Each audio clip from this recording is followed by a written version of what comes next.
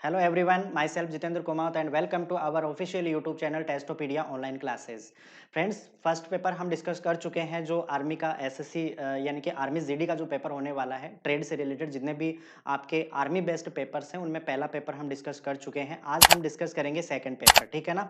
Maths का second paper हम discuss करने वाले हैं आपके साथ में सबसे बेस्ट और सबसे इफेक्टिव ट्रिक्स के साथ में। तो दोस्तों आपको बने रहना है और कंटिन्यू इस वीडियो को वॉच कीजिए। और अगर आपको वीडियो अच्छा लगता है, कंटेंट अच्छा लगता है, शॉर्ट ट्रिक्स आपको अच्छी लगती है तो प्लीज़ आपसे रिक्वेस्ट है कि चैनल को ज़्यादा से ज़्यादा जो भी स्टूडेंट्स तैयारी कर रहे हैं उनको शेयर कीजिए और सब्सक्राइब करना नहीं भूलना है। तो दोस्तों इसी के साथ में हम स्टार्ट करते हैं आज के अपने एमसीक्यूज। तो देखिए पहला जो एमसीक्यूज है वो मैं आपके सामने लेकर आ रहा हूँ। फर्स्ट क्वेश्चन को बड़े गौर से पढ़ना है, उसके बाद में इन क्वेश्चनों का आंसर देना है, ठीक है ना। टाइम वेस्ट यहाँ पे नहीं करना है। ध्यान दीजिए, क्वेश्चन आपके सामने इस प्रकार से है कि एक आदमी एक निश्चित दूरी तक 25 किलोमीटर प्रति घंटे की चाल से गति से यात्रा करता है और वापस प्रारंभिक बिंदु पर 4 किलोमीटर प्रति घंटे की गति से पैदल लौटता है। तो उसे कुल 5 घंटे और 48 मिनट का टाइम लगता है। आपको निकालना है कि वह निश्चित दूरी बताइए, ठीक है ना। दोस्तों अगर मैं बात करता हूं आर्मी के पॉइंट ऑफ व्यू से, ठीक है ना, तो देखो क्वेश्चन को आपको ढंग से पढ़ना है और उसके बाद में क्वेश्चन का आंसर देना है, ठीक है ना। बाइलिंगुअल आपको क्वेश्चन मिलेंगे आज के बाद में, तो आप बढ़िया तरीके से देखो। जो लड़के जो सीबीएसई से जुड़े हुए हैं, अगर वो भी डिफेंस की तैयारी कर रहे हैं तो वो इंग्लिश वर्जन पे थोड़ा गौर कीजिए। बाकी जितने भी लड़के जो हिंदी मीडियम से हैं वो थोड़ा हिंदी लैंग्वेज पे फोकस करेंगे। तो अपना जो मेन मुद्दा है दोस्तों क्वेश्चन को सॉल्व करने का, वो क्या है देखो, उस पर हम डिस्कस करते हैं। सबसे पहले तो आपको क्या दिया हुआ है दोस्तों, स्पीड आपको दी हुई है, ठीक है ना। पहली स्पीड आपको कितनी दी हुई है, 25 किलोमीटर पर आवर। कितनी दी हुई है, 25 किलोमीटर पर आवर, ठीक है ना। 25 किलोमीटर पर आवर आपको स्पीड दी गई है, 25 किलोमीटर पर आवर। और जो सेकंड स्पीड आपको दी गई है ना दोस्तों, वो दी गई है 4 किलोमीटर पर आवर। अच्छा, अगर दोस्तों यहाँ पे हम बात करें कि अगर हम यहाँ पे स्पीड का रेशो कैलकुलेट कर लेते हैं, स्पीड का रेशो कैलकुलेट कर लेते हैं, तो स्पीड का रेशो क्या बनेगा दोस्तों अपने पास, 25:4। कितना बनेगा, 25:4। ये किसका रेशो बनेगा दोस्तों, स्पीड का रेशो बनेगा। बात समझ में आ गई। तो दोस्तों टाइम का रेशो क्या बनेगा, हम जानते हैं कि स्पीड और टाइम में हमेशा रेसिप्रोकल रिलेशन पाया जाता है, यानी कि जो स्पीड और टाइम होते हैं एक दूसरे के क्या होते हैं, उल्टे होते हैं, विलोम होते हैं। तो अगर आपके पास स्पीड का रेशो 25:4 है दोस्तों, तो हम ये कह पाएंगे कि जो टाइम का रेशो है, टाइम का रेशो आपके पास बन के आएगा 4:25। बात समझ में आ गई, 4:25 निकल के आएगा। यानी कि हम ये कह सकते हैं कि किसी दूरी को यदि वो जाता है 4 घंटे में, लौटता है कितने घंटे में, 25 घंटे में। तो यहाँ पे दोस्तों अगर मैं आपसे कहना चाहूँ कि यहाँ पे टोटल टाइम कितना लग रहा है, तो 25 और 4 टोटल कितने हुए, 29। यानी कि इसको कितना लग रहा है टोटल टाइम, 29 लग रहा है। लेकिन अगर हम क्वेश्चन के पॉइंट ऑफ व्यू से बात करें तो क्वेश्चन में इसको टोटल टाइम कितना लग रहा है, 5 घंटे और 48 मिनट। देखो 5 घंटे और 48 मिनट। अच्छा, हम 5 घंटे और 48 मिनट को क्या लिख सकते हैं, 5 घंटे और 48 मिनट को दोस्तों हम लिख सकते हैं क्या, कि 5 सही 48/60। क्या लिख सकते हैं, 5 सही 48/7। और इसको हम थोड़ा और सॉल्व करेंगे दोस्तों, तो देखो 12 चौके 48 और 12 पंजे 60, यानी कि 29/5। कितना, 29/5 घंटे हम लिख सकते हैं। तो यहाँ पे गौर कीजिएगा, क्वेश्चन के अंदर इस क्वेश्चन में आपको यहाँ पे टाइम कितना लग रहा है, टोटल 29 घंटे लग रहे हैं। लेकिन अगर हम बात करते हैं क्वेश्चन के पॉइंट ऑफ व्यू से, तो आपको टोटल टाइम कितना लग रहा है, 29/5 घंटे। तो इस 29 की वैल्यू किसके बराबर हुई, 29/5 के बराबर हुई। मीन्स कितना गुना है, तो हम कहेंगे कि 1/5 गुना है। बात समझ में आ गई, कितना गुना पे बैठा हुआ है, 1/5 गुना पे बैठा हुआ है। अब आपको डिस्टेंस निकालनी है दोस्तों, ठीक है ना। डिस्टेंस निकालनी है तो आप या तो ये टाइम निकाल लीजिए या ये टाइम निकाल लीजिए। अगर ये टाइम हम निकालते हैं तो हमें जो स्पीड है वो आपको ये लेनी पड़ेगी, और अगर आप टाइम ये निकालते हो तो आपको स्पीड यहाँ पे लेनी पड़ेगी, ठीक है ना। दोनों में से आप कोई भी एक चीज ले सकते हो। तो दोस्तों मैं इसकी वैल्यू निकाल देता हूँ, ठीक है ना। तो इसको भी हम 1/5 से गुणा करेंगे तो हमें टोटल कितना टाइम लगेगा, 4/5 घंटे। कितने लगेंगे, 4/5 घंटे लगेंगे। बात समझ पाए आप। अब देखो दोस्तों, यहाँ पे टाइम अपने पास आ गया 4/5 घंटे और स्पीड अपने पास कितनी दी हुई है, 25। तो यदि हमें दूरी निकालनी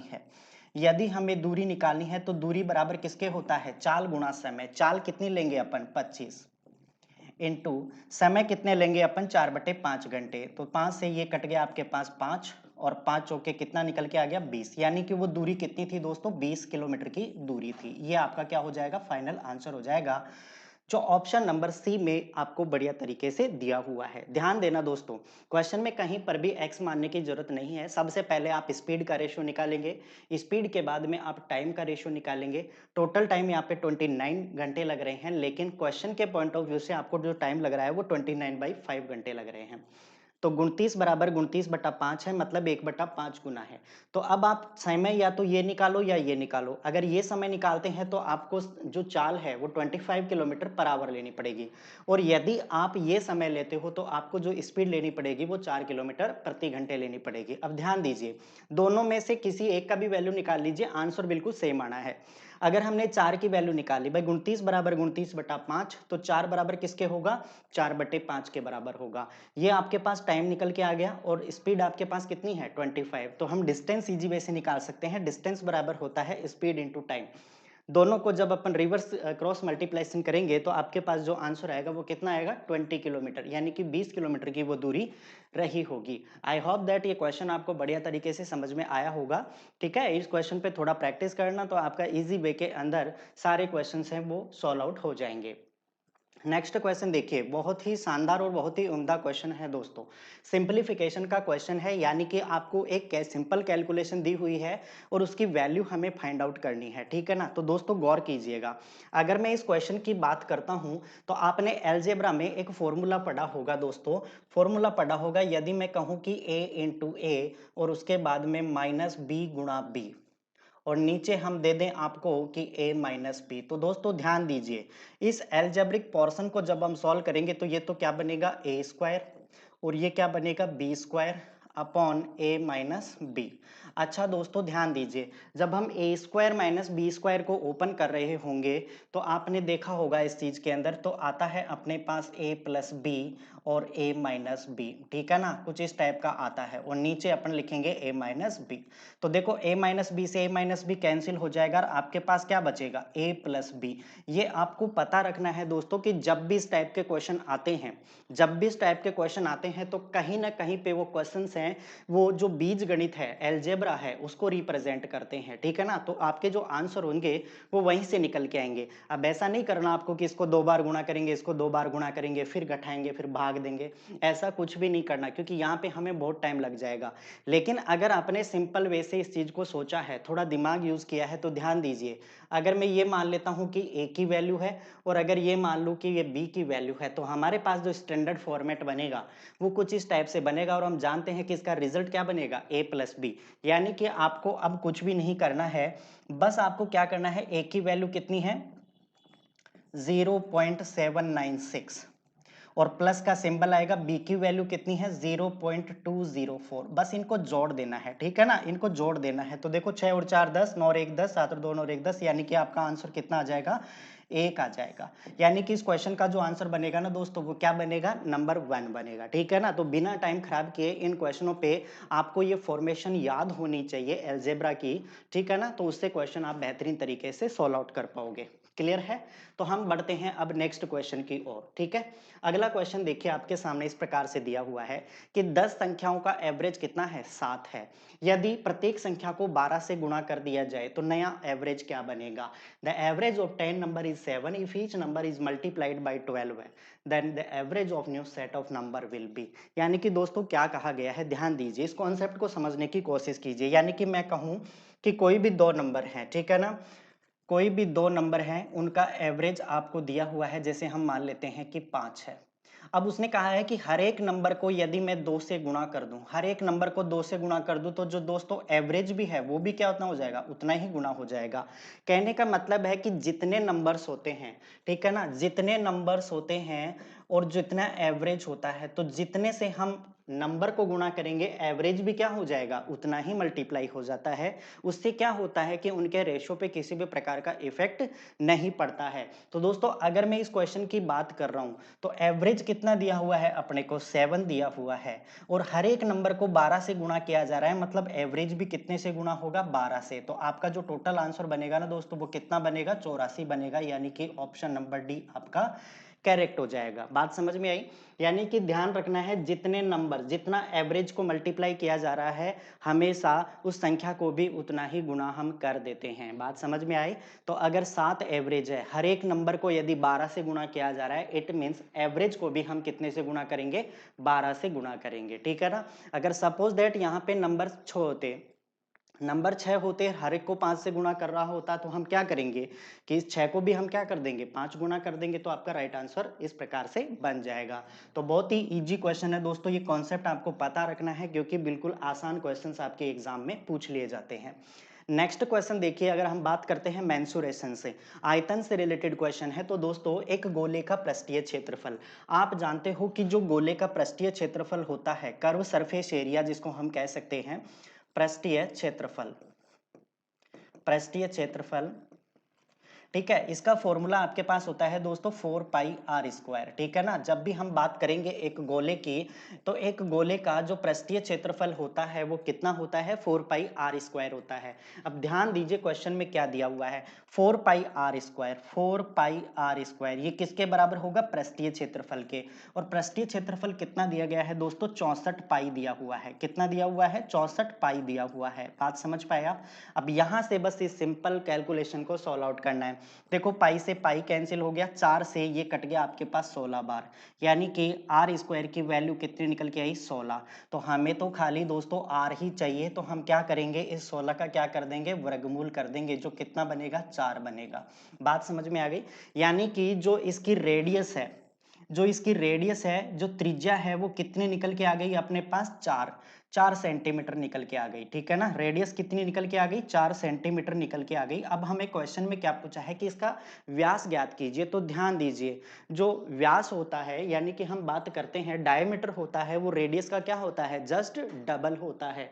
तो हमें क्या चाहिए? डायमीटर चाहिए, हमें डायमीटर चाहिए। तो डायमीटर क्या होता है? 2 इंटू रेडियस, किसके बराबर होता है? 2 इंटू रेडियस के बराबर होता है, यानी कि 2 इंटू 4 बराबर कितना हो गया? 8 सेंटीमीटर। तो हम ये कहेंगे कि जो ये गोला है, ठीक है ना, जो ये सरफेस एरिया, जो ये स्पेयर है, इसकी जो डायमीटर बनेगा, जो व्यास बनेगा, वो कितना सेंटीमीटर निकल के आएगा दोस्तों? 8 सेंटीमीटर, यानी कि ऑप्शन नंबर बी आपके इस क्वेश्चन का करेक्ट आंसर होगा, ठीक है ना दोस्तों। तो बढ़िया तरीके से आई होप दैट आप इन चीजों को एंजॉय कर पा रहे होंगे। सबसे पहले आपको जब भी मेंसुरेशन निकाले तो आपको फॉर्मूले सारे याद होने चाहिए, यानी कि पृष्ठीय क्षेत्रफल 4 पाई आर स्क्वायर, ठीक है, इसके बराबर हम रख देंगे 64 पाई। आर स्क्वायर की वैल्यू 16, तो आर की वैल्यू कितनी आ जाएगी निकल करके? 4 निकल के आ जाएगी। अब आपको क्या चाहिए? डायमीटर चाहिए। तो हम जानते हैं कि जो डायमीटर होता है वो रेडियस का क्या होता है? डबल होता है। और रेडियस हमने फाइंड की 4, 4 का डबल कितना हो गया? 8 सेंटीमीटर। इस क्वेश्चन का क्या बन जाएगा? राइट आंसर बन जाएगा, ठीक है ना दोस्तों। अब देखिए, ये ज्योमेट्री का क्वेश्चन है, बहुत ही शानदार और बहुत ही अच्छा क्वेश्चन है दोस्तों। इस क्वेश्चन को सॉल्व करने की कोशिश कीजिएगा। देखिए फिलहाल यहाँ पे मैं इस क्वेश्चन को बता देता हूं कि किस प्रकार से हम इस क्वेश्चन को उड़ाएंगे, ठीक है ना। ध्यान दीजिए, आपके पास दो पैरेलल लाइंस है, ए बी और सी डी, ये दोनों लाइंस क्या है? पैरेलल लाइंस है, ठीक है ना। अब आगे देखिए इस क्वेश्चन की क्या क्या कंडीशंस आपको दी हुई हैं। ये एंगल 45 है, तो मुझे बताओ, हमने पढ़ा था कि जो जेड की शेप में एंगल बनेंगे, जो जेड की शेप में एंगल बनेंगे, यानी कि ये एंगल और ये एंगल आपस में बराबर होंगे कि नहीं? तो ये एंगल अगर 45 है, तो ये एंगल भी कितना हो जाएगा? 45 डिग्री हो जाएगा। ऐसा क्यों होगा? क्योंकि इसको हम कहते हैं एकांतर कोण। बात समझ में आ गई? एकांतर कोण। तो ये कोण और ये कोण आपस में क्या हो जाएंगे? बराबर हो जाएंगे। यानी कि मैं कह सकता हूं कि एंगल ए बी और एफ ये बराबर होगा एंगल, यहां पे देखिए D C F, D C F. ऐसा क्यों होता है? क्योंकि ये एंगल कैसे हैं दोस्तों? एकांतर कोण है। कैसे कोण है? एकांतर कोण है, इसलिए ये दोनों कोण आपस में क्या होंगे? बराबर होंगे। और ये दोनों कितने कितने डिग्री के होंगे? 45 डिग्री के होंगे। अब दोस्तों ध्यान दीजिए, हमारे पास एक ट्रायंगल बन रहा है। पूछा क्या है इसने? एफ डी सी, यानी कि ये एंगल इसने पूछा है। बात समझ में आ गई? तो ध्यान दीजिए, हमारे पास एक ट्रायंगल बन रहा है कि अगर हम बात करें कि त्रिभुज, हम बात करते हैं त्रिभुज डी सी एफ में, त्रिभुज डी सी एफ में, त्रिभुज डी सी एफ में हम जानते हैं कि किसी भी ट्रायंगल के तीनों जो इंटरनल एंगल्स होते हैं उनका सम कितना होता है दोस्तों, 180 डिग्री होता है। और इस क्वेश्चन में हमें दो एंगल गिवन है और हमें एक एंगल फाइंड आउट करना है। तो हम क्या करेंगे, ध्यान दीजिए, 180 में से हमें घटा देना है क्या दोस्तों, 110 डिग्री प्लस 45 डिग्री का सम हमें क्या कर देना है, घटा देना है। तो 180 माइनस इन दोनों को जोड़ेंगे 5, 4 और 1 5 और 1। जब यहां से हम सब्ट्रैक्ट करेंगे ना तो 10 में से 5 गया 5 और इधर कितना बच गया, 7 में से 5 गया 2, यानी कि 25 डिग्री अपने पास क्या निकल के आ गया, ये जो थर्ड एंगल है वो अपने पास निकल के आ गया 25 डिग्री। तो इस क्वेश्चन का जो फाइनल आंसर बना वो क्या बना दोस्तों, 25 degree is A final answer. बात समझ पाए इस चीज को, ठीक है ना दोस्तों। एकांतर कोण हो गए, और यहाँ पे इस जो ये मैं इस ट्रायंगल की बात कर रहा हूँ, इस ट्रायंगल को गौर कीजिएगा, तो ये ट्रायंगल पूरा है वो 180 डिग्री का होता है। दो एंगल दिए हुए, दोनों को जोड़ के 180 में से घटा देना, तो आपके पास फाइनल आंसर आ जाएगा 25 डिग्री, ठीक है ना। आगे देखिए, अगर हम इस क्वेश्चन की बात करते हैं दोस्तों, देखिए एक लैंग्वेज बेस्ड क्वेश्चन है, एग्जाम में बहुत बार पूछ लिया जाता है कि एक व्यक्ति के पास कुछ बतख और कुछ बकरियां हैं। यदि कुल सिरों की संख्या 40 है और कुल पैरों की संख्या कितनी है, 260 है। आपको निकालना है कि बकरियों की संख्या कितनी होगी। ध्यान दीजिए दोस्तों, अगर हम इस क्वेश्चन की बात करते हैं तो गौर कीजिएगा कि सिरों की संख्या आपके पास कितनी है, 40 है। अब आपको पता है कि एक जानवर के एक ही सिर होता है, इसका मतलब टोटल जो जानवर होंगे वो कितने होंगे, 40 होंगे। टोटल जानवर कितने होंगे, 40 होंगे। अब यहाँ पे कोई भी फॉर्मूला आपको याद करने की जरूरत नहीं है, क्योंकि कॉन्सेप्ट ध्यान में दीजिए। कॉन्सेप्ट आपके पास है, जो भी पैरों की संख्या है, जो भी पैरों की संख्या है, इस पैरों की संख्या को क्या करना है, आधा करना है। तो मुझे बताओ 260 का आधा कितना आ गया, 130। बात समझ में आ गई, 260 का कितना आ गया, 130, आधा आ गया। अब आपको क्या करना है, जितने भी सिरों की संख्या है उसको इसमें से घटा देना है। तो 130 है, 130 में से हम 40 घटा देंगे, 130 में से हम 40 घटा देंगे, तो बताओ दोस्तों कितना आएगा अपने पास, 90। कितना आएगा, 90 आएगा। ये जो नंबर है, ये जो 90 आया है, ये दो पैरों वाले जानवरों की संख्या आई है, ठीक है ना।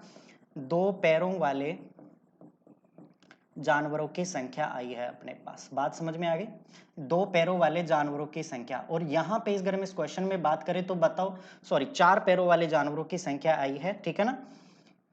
चार पैरों वाले जानवरों की संख्या आई है। और मुझे बताओ इस क्वेश्चन में चार पैरों वाले जानवर कौन सा है, ठीक है ना। तो बकरियां हैं, यानी कि गोट्स हैं।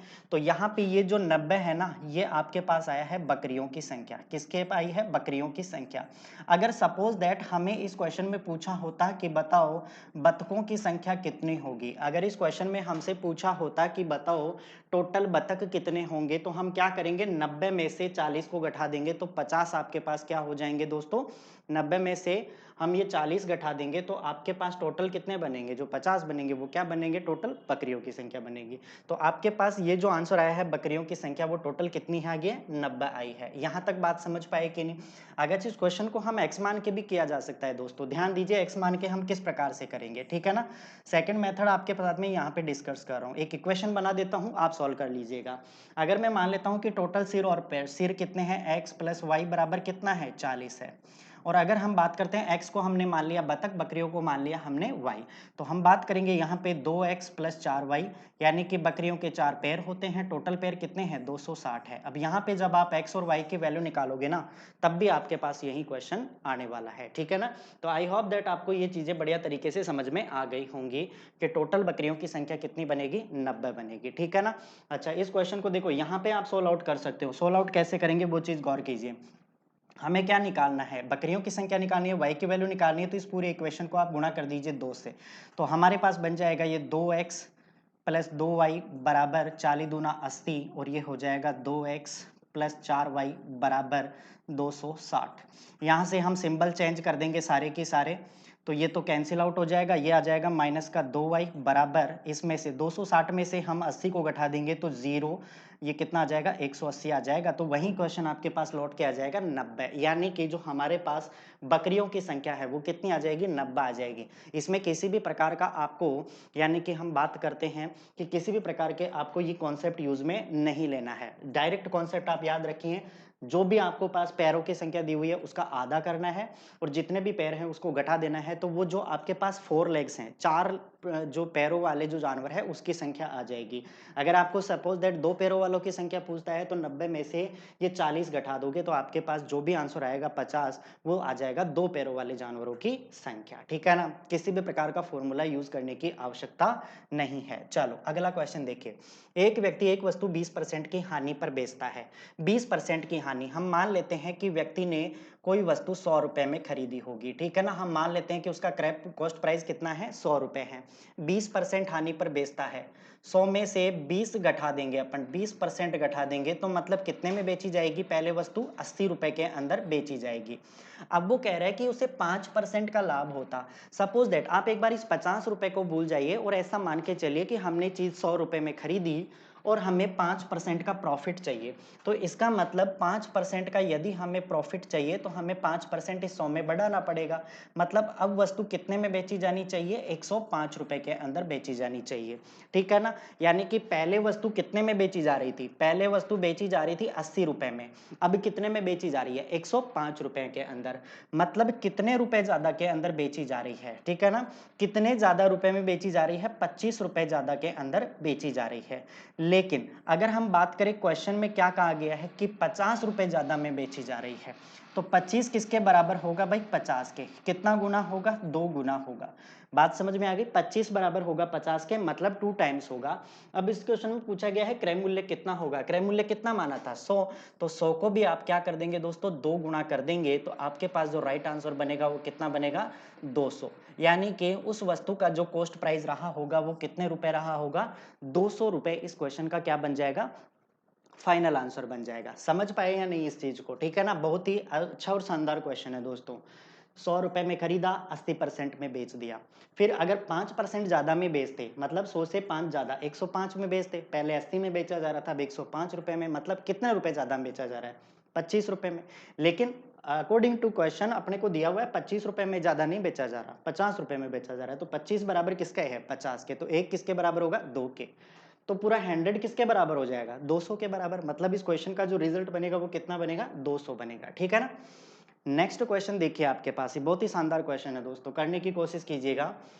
एक आदमी 5,000 रुपए की धनराशि का कुछ भाग 4% की दर से, कुछ भाग 5% साधारण ब्याज की दर पर उधार देता है और 2 वर्षों बाद कुल ब्याज रुपए 440 मिलता है। उपरोक्त दरों में से प्रत्येक पर लगाई गई राशि का अनुपात ज्ञात कीजिए। ठीक है ना? आपको राशि का जो रेशियो है वो आपको फाइंड आउट करना है। यानी कि देखो, इस क्वेश्चन को आप एक्स मान के भी किया जा सकता है, एक्स मान के भी किया जा सकता है, और इन शॉर्टकट मैं आपको दोनों तरीके यहाँ पे सिखाने की कोशिश करूंगा। सबसे पहले हम इस क्वेश्चन को बाई मेथड करते हैं। ठीक है ना? यदि हम मान ले कि पहला पार्ट P1, मूलधन हमने मान लिया x रुपए है। रेट ऑफ इंटरेस्ट, दर आपके पास कितनी दी हुई है, 4%। समय आपके पास कितना दिया हुआ है, 2 साल। और अगर मैं बात करता हूं इसकी, तो आपके पास दूसरा मूलधन कितना दिया हुआ है। यानी कि अगर हम बात करते हैं दोस्तों, तो ध्यान दीजिएगा, अगर आपके पास 5,000 रुपए की टोटल धनराशि है, अगर एक भाग x है तो दूसरा भाग क्या बन जाएगा, 5,000 माइनस x बन जाएगा। ठीक है? रेट ऑफ इंटरेस्ट आपके पास कितनी है, 5%। और ड्यूरेशन कितना रहेगा, वही 2 साल रहेगा। और 2 साल का जो आपके पास साधारण ब्याज निकल के आया है, सिंपल इंटरेस्ट, वो कितना है, 440 रुपए है। ठीक है ना? तो आप इस पॉइंट ऑफ व्यू से भी क्वेश्चन को सोल्व आउट कर सकते हो। अब आपके पास इक्वेशंस बन जाएंगी। क्या इक्वेशन बनेगी कि पहला भाग यानी कि मूलधन इंटू दर इंटू समय बटा 100। और यहां पे ध्यान दीजिए टोटल है तो इसका मतलब प्लस, दूसरा मूलधन आपके पास है 5,000 minus x into 5% into 2 is divided by 100। ठीक है? ये किसके बराबर हो जाएगा, ये 440 के बराबर हो जाएगा। ऐसा आपको क्वेश्चन में दिया गया है। लेकिन ध्यान दीजिए दोस्तों, ये एक काफी टिपिकल प्रक्रिया है। ठीक है ना? एक काफी टिपिकल प्रक्रिया है। तो हम इस क्वेश्चन को थोड़ा शॉर्ट करने की कोशिश करेंगे। अब शॉर्ट किस प्रकार से करेंगे, ध्यान दीजिए। आपको क्या करना है, सबसे पहले आपको औसत दर निकालनी है। ठीक है ना? एवरेज रेट निकालनी है, औसत दर निकालनी है। तो औसत दर हम कैसे निकालेंगे, देखिए। दर कैसे निकालते हैं, ब्याज इंटू 100 बटा मूलधन इंटू क्या होता है, समय होता है। ठीक है ना? हमने क्या पढ़ा था, औसत दर कैसे निकालते हैं कि जो भी ब्याज हुआ, ब्याज गुणा 100 बटे मूलधन गुणा क्या होता है, समय होता है। ऐसे ही तो हम निकालते हैं। तो आपके पास ब्याज कितना है, 440 रुपए। इंटू 100 / समय आपके पास कितना है 2 साल और मूलधन कितना है आपके पास टोटल 5,000 रुपए। तो देखो 3 जीरो से तो ये 3 जीरो कट गया, 2 से ये कटा आपके पास 22 बार, यानी कि आपके पास जो इफेक्टिव रेट आ गई वो कितनी आ गई 22.5% आ गई। बात समझ में आ गई कि नहीं, 22.5% आ गई। अब हम देखो इस क्वेश्चन के अंदर एलिगेशन यूज कर सकते हैं, ठीक है ना दोस्तों।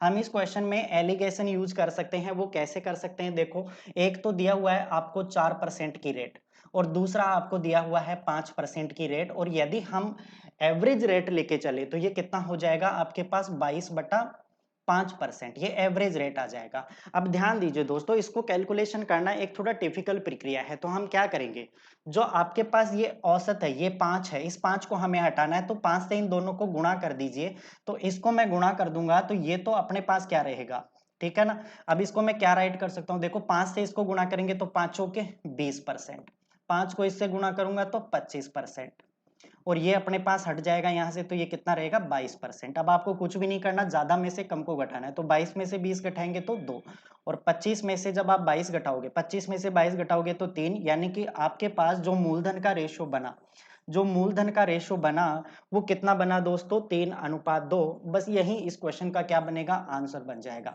यही इस क्वेश्चन का क्या बन जाएगा आंसर बन जाएगा। तो देखो ये कैलकुलेशन सिर्फ आपको समझाने के लिए की है, जब आप एग्जाम में बैठोगे तो ये कैलकुलेशन माइंड में होनी है, सिर्फ आपको कैलकुलेशन ये करनी पड़ेगी और आपका आंसर निकल के आ जाएगा 3:2।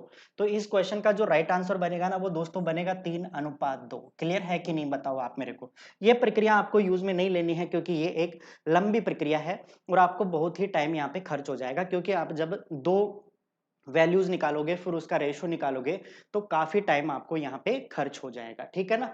अगला क्वेश्चन देखिए, नेक्स्ट क्वेश्चन पे चलते हैं हम। तो अगले क्वेश्चन पे बात करते हैं, राहुल और रश्मि की वर्तमान आयु 2:1 है, 30 साल बाद उनकी आयु का अनुपात कितना हो जाएगा 7:6 हो जाएगा। तो बताओ राहुल की वर्तमान आयु कितनी है। ध्यान दीजिएगा दोस्तों, इस टाइप का क्वेश्चन हम किस प्रकार से कर पाएंगे। आपके पास ये है राहुल और ये है रश्मि, दोनों की जो प्रेजेंट एज है उसका रेशियो कितना दिया हुआ है 2:1। लेकिन अगर बात करते हैं आफ्टर 30 ईयर, 30 साल बाद में उनका जो रेशियो है वो कितना बन जाएगा 7:6 बन जाएगा। अब दोस्तों गौर कीजिए इस क्वेश्चन के अंदर, ठीक है, तरीके बहुत हैं क्वेश्चन को करने के, आप एक्स मान के भी क्वेश्चन को कर सकते हो, लेकिन हम इसका डायरेक्ट कॉन्सेप्ट यूज करेंगे। देखो 7 और 2 का डिफरेंस कितना है 5, 6 और 1 का डिफरेंस कितना है 5, मतलब टोटल मिला के जो डिफरेंस कितना आ रहा है 5 आ रहा है। अगर हम यहाँ पे बात करते हैं तो यहाँ पे 30 और प्रेजेंटेज आज का और 30 साल बाद का जो डिफरेंस ले वो कितना आएगा 30 आएगा, यानी कि 5 बराबर कितना है 30, मतलब कितना गुना पे बैठा हुआ है 6 गुना पे बैठा हुआ है। पूछा क्या है राहुल की वर्तमान आयु पूछी है, और राहुल की वर्तमान आयु कितनी है 2 है, तो इसको भी हम क्या कर देंगे 6 से गुणा कर देंगे, तो 6 दूनी कितना आ जाएगा भाई 12 वर्ष, कितना आ जाएगा 6 दूनी 12 वर्ष। बस यही इस क्वेश्चन का क्या बन जाएगा आंसर बन जाएगा। 12 year is the final answer of this question, ठीक है ना। एक्स वैक्स मानने की कोई जरूरत नहीं है, आप क्वेश्चन को डायरेक्ट करने की आदत डालें, ठीक है। रेशियो का डिफरेंस निकाल लें और टाइम का जो आपको दिया हुआ है उसका डिफरेंस निकाल लें, तो ये बराबर ये है, मतलब 6 गुना, तो राहुल की प्रेजेंट एज पूछा है तो 12 वर्ष। अगर सपोज दैट क्वेश्चन में पूछा होता रश्मि की प्रेजेंट एज कितनी है, तो एक को हम क्या कर देते 6 गुना, मतलब 6 साल किसकी एज हो जाएगी रश्मि की एज हो जाएगी, ठीक है ना। बढ़िया क्वेश्चन है, शानदार क्वेश्चन है। चलो अगले क्वेश्चन के ऊपर बात करते हैं, ठीक है। थर्ड और इंडाइसिस का क्वेश्चन है घातांक और करनी का, मतलब 3 की पावर x प्लस 8 बराबर 27 की पावर 2x प्लस 1। अगर ऐसा कुछ मामला आपको दिया हुआ है और x का मान यदि आपसे पूछा गया है तो ध्यान दीजिए इस प्रकार के क्वेश्चन को हम किस प्रकार से सोल्व आउट करेंगे। देखिए दोस्तों, आप x का मान तभी निकाल सकते हो जब इनकी जो बेस है, इनका जो बेस है वो आपस में क्या हो बराबर हो, ठीक है ना। क्योंकि हमने पढ़ा है कि यदि a की पावर x बराबर b a की पावर y, अगर ऐसा कुछ होता है तो हम ये कह सकते हैं कि x किसके बराबर होगा y के बराबर होगा। ये हम सर्ड और इंडाइसिस में डिस्कस करेंगे, ठीक है ना। जब भी आपने कहीं पर भी पढ़ा हो तो अगर ये कॉन्सेप्ट पढ़ा है तो ये हम इसमें अप्लाई कर सकते हैं। अब ध्यान दीजिए ये अपने पास क्या है 3 की पावर x प्लस 8, ये बराबर होगा, अच्छा 27 को मैं क्या लिख सकता हूँ 3 की पावर 3 और उसकी पावर कितनी होगी 2x प्लस 1, ठीक है ना। अब आप क्या काम कीजिएगा बेस को बराबर कीजिए, बेस को बराबर करेंगे तो ये 3 इन दोनों से गुणा हो जाएगा, मतलब 3 की पावर कितनी हो जाएगी 6x प्लस 3 एकम 3, ठीक है। अब ध्यान दीजिए बेस इक्वल हो गया तो हम पावर को बराबर कर देंगे, यानी कि x प्लस 8 ये बराबर हो जाएगा 6x प्लस 3 के बराबर हो जाएगा। इस x को इधर ले आए तो 6x में से एक x घटा देंगे तो कितना बनेगा 5x, और इस 3 को इधर ले आए तो 8 में से 3 घटा देंगे तो 5, 5 से 5 कैंसिल हुआ, मतलब जो आपके पास x की वैल्यू निकल के आई वो कितनी निकल के आई दोस्तों, 1 निकल के आ गई। ये आपके इस क्वेश्चन का क्या बन गया, आंसर बन गया। आई होप दैट आपको ये बात बिल्कुल अच्छी तरह से समझ में आई होगी कि सर्ड और इंडाइसेस के क्वेश्चंस को हम इस प्रकार से सॉल्व आउट कर सकते हैं। आप इनको बाई ऑप्शन भी हिट कर सकते हो, ठीक है ना, बाई ऑप्शन भी हिट कर सकते हो, लेकिन वहां पे आपकी कैलकुलेशंस है वो क्या होनी चाहिए, थोड़ी स्ट्रांग होना जरूरी है, ठीक है। अब गौर कीजिए इस क्वेश्चन के ऊपर, 15,876 इसका जब भी हम वर्गमूल निकालेंगे तो उसका यूनिट डिजिट कितना होगा। ध्यान दीजिए दोस्तों, ये रटने वाला काम नहीं है, बिल्कुल अच्छे तरह से समझने की कोशिश करना। हमारे पास वैल्यू दी हुई है 15,876 और इसका हमें निकालना है वर्गमूल, और वर्गमूल का हमें क्या निकालना है, यूनिट डिजिट निकालना है। तो ध्यान दीजिए किसी भी नंबर के लास्ट में 6 आता है, 6 आने की दो पॉसिबिलिटीज आपके पास क्या रहती है कि लास्ट में 6 आए। एक तो ध्यान दीजिए जब हम 4 को 4 से गुणा करेंगे तो लास्ट में 6 आएगा, एक हम 6 को 6 से गुणा करते हैं तो लास्ट में क्या आएगा, 6 आएगा। बात समझ में आ गई। यूनिट डिजिट पे 6 आने की दो ही पॉसिबिलिटीज होती हैं कि अब आपके पास एक नंबर 4 हो और एक नंबर 6 हो। अब क्या करेंगे, जब भी हम स्क्वायर रूट की बात करते हैं आपके दो जो लास्ट के अंक हैं इनको हटाना पड़ेगा। आपके पास शेष क्या बचा हुआ है, 158। एक ऐसे नंबर का स्क्वायर करो कि इस 158 से ज्यादा नहीं जाए। तो देखो 12 की पावर करेंगे 2 तो ये 144 होगा, लेकिन अगर हम करते हैं 13, 13 का स्क्वायर 169 ज्यादा चला जाता है, तो हम क्या रखेंगे यहाँ पे 12, ठीक है ना। ये 12 हमने ले लिया। अब ध्यान दीजिए 12 तो हमने लिया है, इसमें एक और ऐड कीजिए 13, दोनों को गुणा कीजिए आप, तो 13 दूना 26 बच गया 2, 13 और 2 कितना होता है 15, 156। मतलब ध्यान दीजिए ये 158 है, गुणा करने पर जो वैल्यू है, गुणा करने पर जो वैल्यू है अगर इस शेष बची हुई संख्या से ये ज्यादा आता है तो उस कंडीशन में कम वाला आंसर होगा, अदरवाइज आपका बड़ा वाला आंसर हो जाएगा, मतलब 126। अब 126 में यूनिट डिजिट कितना है, 6 है, मतलब इस क्वेश्चन का जो आंसर बनेगा दोस्तों वो कितना बनेगा, 6 बनेगा। ध्यान दीजिए अगर यहाँ पे 159 आता, अगर आपके पास यहाँ पे 159 आता तो आपका जो आंसर होता वो क्या बन जाता, 124 हो जाता। ये हम बात कर रहे हैं सिर्फ और सिर्फ परफेक्ट स्क्वायर रूट के अंदर, ठीक है ना। सिर्फ और सिर्फ परफेक्ट स्क्वायर रूट के अंदर हम बात करते हैं कि जब आप 126 को 126 से गुणा कर रहे होंगे तो आपके पास 15,876 आएगा। तो हमें फिलहाल क्या पूछा गया है, यूनिट डिजिट पूछा गया है, तो आपका आंसर क्या बन जाएगा 126, यानी कि 6 is A correct answer. Next question की हम बात करते हैं। राम एक व्यापार में 5,000 रुपए लगा करके शामिल होता है। आफ्टर 3 मंथ, 3 माह बाद रमेश भी 70,000 रुपए लगा करके उस व्यापार में क्या हो जाता है, शामिल हो जाता है। तो ज्ञात करो कि वर्ष के अंत में उन्हें किस अनुपात में लाभ दिया जाएगा, ठीक है ना। ये अपना क्वेश्चन है। ध्यान दीजिए दोस्तों कि जो भी यानी कि जो प्रॉफिट होता है, जो प्रॉफिट होता है हमेशा बांटा जाता है किसमें, कैपिटल इनटू टाइम, समय के रेशो के अंदर बांट दिया जाता है, यानी कि पूंजी और उनके समय के गुणनफल के अनुपात के अंदर ही बांटा जाता है। बात समझ में आ गई। भाई आपको भी पता है कि जो इंसान ज्यादा पूंजी लगाएगा, ज्यादा समय के लिए लगाएगा, तो उसको प्रॉफिट भी उतना ही ज्यादा मिलेगा। तो हम ये कह सकते हैं कि जो भी यानी कि प्रॉफिट का जो डिस्ट्रीब्यूशन है, जो बंटवारा है, वो हमेशा पूंजी और समय के अनुपात में ही किया जाएगा। तो अगर हम बात करते हैं इस क्वेश्चन की, तो 2 पर्सन आपको गिवन है। कौन कौन से, एक तो है राम, एक तो है राम और दूसरा पर्सन कौन सा है, रमेश। रमेश है। राम है वो 50,000 रुपए लगाता है, 50,000 रुपए लगाता है। ध्यान दीजिए 1 वर्ष की बात हो रही है, वर्ष के अंत में मतलब 1 साल की बात हो रही है। 1 साल में कितने महीने होते हैं, 12, यानी कि इसको तो हम गुणा कर देंगे 12 महीने तक, यानी कि राम के जो 50,000 रुपए हैं वो पूरे 12 महीने तक लगते हैं। 3 माह बाद रमेश भी 70,000 रुपए लगा करके शामिल हो जाता है, यानी कि रमेश ने लगाए कितने, 70,000 रुपए। अब 3 माह बाद लगाता है तो मतलब उसकी जो पूंजी है वो कितने महीने तक रहती है, तो 12 में से हम 3 घटा देंगे तो कितने महीने तक रहेगी, 9 महीने तक रहेगी। यहां तक बात समझ पाए। अब आप इनका बस अनुपात निकाल लीजिए। तो ध्यान दीजिए ये 4 जीरो से तो ये 4 जीरो कैंसिल आउट हो गया, ठीक है ना। ये 3 तिया 9 और ये हो गया 3 चौके 12, और कोई वैल्यू कट रही है क्या, कोई वैल्यू नहीं कट रही। तो यहाँ पे देखो 5 चौके कितने हो गए, 20, और यहाँ पे अगर मैं बात करूँ 7 या कितने हो गए 21, तो वर्ष के अंत में जो भी लाभ बांटा जाएगा वो किस अनुपात में बांटा जाएगा दोस्तों, 20:21। यानी कि आपको ऑप्शन में कहीं पर भी ये चीज गिवन नहीं है, तो आपका राइट आंसर क्या बनेगा, ऑप्शन नंबर डी, कि इनमें से कोई नहीं, यानी कि जो लाभ का डिस्ट्रीब्यूशन है वो 20:21 के अनुपात में किया जाएगा। क्लियर है बात। देखो पूंजी को हमने समय से गुणा कर दिया, जो प्रॉफिट का रेशियो अपने पास निकल के आ गया। चलो इस क्वेश्चन को बनाइए, बहुत ही शानदार क्वेश्चन है, इफेक्टिव क्वेश्चन है, करने की कोशिश कीजिएगा क्योंकि एग्जाम में बहुत बार इस प्रकार के क्वेश्चन पूछे जाते हैं। रेशियो बेस्ड क्वेश्चन है, ध्यान दीजिए दोस्तों, इस क्वेश्चन को हम किस प्रकार से सॉल्व आउट करेंगे। आपके पास दिया हुआ है कि a/3 बराबर b/4 बराबर c/7, ऐसा कुछ मामला आपको दिया हुआ है। ध्यान दीजिए दोस्तों, ये a की वैल्यू है, ये b की वैल्यू है, ये c की वैल्यू है, मतलब a बराबर आपको कितना दिया हुआ है 3, b बराबर आपको कितना दिया हुआ है 4 और c बराबर आपको कितना दिया हुआ है 7। सब कुछ आपको गिवन है, बस क्वेश्चन के अंदर पुट कीजिए। क्वेश्चन है a प्लस बी प्लस सी बटा आपको दिया हुआ है c। a का मान कितना है 3, b का मान कितना है 4, c का मान कितना है 7 बटे c का मान कितना है 7। तो 4 और 3 7 और 7 14, 14 में जब आप 7 का भाग दे रहे होंगे तो रिजल्ट कितना आएगा दोस्तों 2। यानी कि हम कह सकते हैं कि जो भी ये कैलकुलेशन रही होगी उसका रिजल्ट कितना आएगा आपके पास, 2 इज ए करेक्ट आंसर। ठीक है ना, 2 आपका क्या बन जाएगा, करेक्ट आंसर बन जाएगा। समझ पाए कि नहीं इस क्वेश्चन को। चलो अगले क्वेश्चन पे चलते हैं। फिर कोई द्विघातीय समीकरण है, इस द्विघातीय समीकरण के दो मूल आपको दिए हुए हैं -4 और 5, तो आपको बताना है कि वह क्वाड्रेटिक इक्वेशन कौन सी बनेगी। तो ध्यान दीजिए दोस्तों, अगर किसी भी आपको रूट दे दिया जाए, रूट दे दिए जाए मतलब अल्फा आपको कितना दिया हुआ है, अल्फा आपको दिया हुआ है -4 और बीटा आपको दिया हुआ है कितना 5। तो ध्यान दीजिए, किसी भी द्विघात समीकरण को सॉल्व करने के लिए हमें क्या क्या चाहिए, सबसे पहले तो चाहिए हमें अल्फा प्लस बीटा यानी कि मूलों का योग। क्या चाहिए हमें, मूलों का योग चाहिए।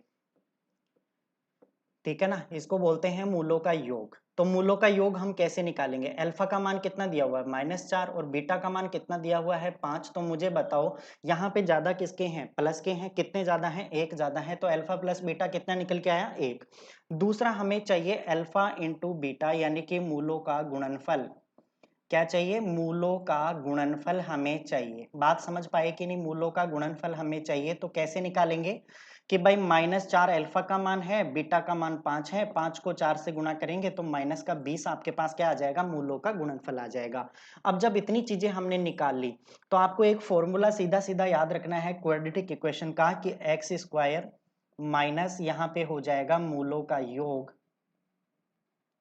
मूलों का योग इंटू एक्स प्लस मूलों का गुणनफल, मूलों का गुणनफल। और ये किसके बराबर हो जाएगा दोस्तों, 0 के बराबर हो जाएगा। किसके बराबर, 0 के बराबर। तो ध्यान दीजिए, एक्स स्क्वायर माइनस मूलों का योग, मूलों का योग कितना निकाला हमने, 1 निकाला, तो ये 1 को 1 से गुणा करेंगे एक्स प्लस मूलों का गुणनफल, मूलों का गुणनफल कितना है आपके पास 20 यानी कि -20। तो ध्यान दीजिए ये हो गया -20 बराबर किसके हो जाएगा, 0 के बराबर हो जाएगा। किसके बराबर हो जाएगा, 0 के बराबर हो जाएगा। अब गौर कीजिएगा, एक्स स्क्वायर, ठीक है, गौर कीजिएगा, एक्स स्क्वायर तो आपके पास बिल्कुल है, माइनस का एक्स आ गया। अब ध्यान दीजिए, प्लस माइनस क्या होता है, माइनस होता है, यानी कि 20 बराबर किसके हो जाएगा, 0 के। तो आपके पास जो क्वाड्रेटिक इक्वेशन बनी वो क्या बन गई, x square minus x minus 20 बराबर क्या बन जाएगा, 0 बन जाएगा। तो कौन से ऑप्शन में आपको गिवन है, x square minus x minus 20 बराबर क्या बन जाएगा, 0। ये आपका करेक्ट आंसर बन जाएगा। ये आपके क्वेश्चन का क्या बन जाएगा, करेक्ट आंसर बन जाएगा। तो ये फॉर्मूला याद रखिए, योग आपको चाहिए अल्फा प्लस बीटा, गुणा आपको चाहिए अल्फा इंटू बीटा, दो मूल आपको दिए गए हैं। ठीक है ना, चलो आज का लास्ट क्वेश्चन पे हम डिस्कस, लास्ट क्वेश्चन देखिए, tan थीटा प्लस कितना दिया हुआ है, 2 दिया हुआ है। आपको पूछा गया tan square theta plus coat square theta का मान कितना होगा। ध्यान दीजिए दोस्तों, इस प्रकार के क्वेश्चन को कैसे सॉल्व करेंगे। सबसे पहले आप थीटा की वैल्यू ऐसी सोचो कि मैं थीटा की वैल्यू ऐसी कौन सी रखूं कि दोनों को जोड़ने पर 2 हो जाए। तो हम यहाँ पे गौर कर पा रहे हैं कि थीटा का मान जब हम 45 डिग्री रखते हैं, जब थीटा का मान हम 45 डिग्री रखते हैं तो आपको पता है कि tan थीटा का मान कितना होता है, 1, और कोट थीटा का मान कितना होता है, 1, 1 और 1 मिलकर के कितने हो गए, 2।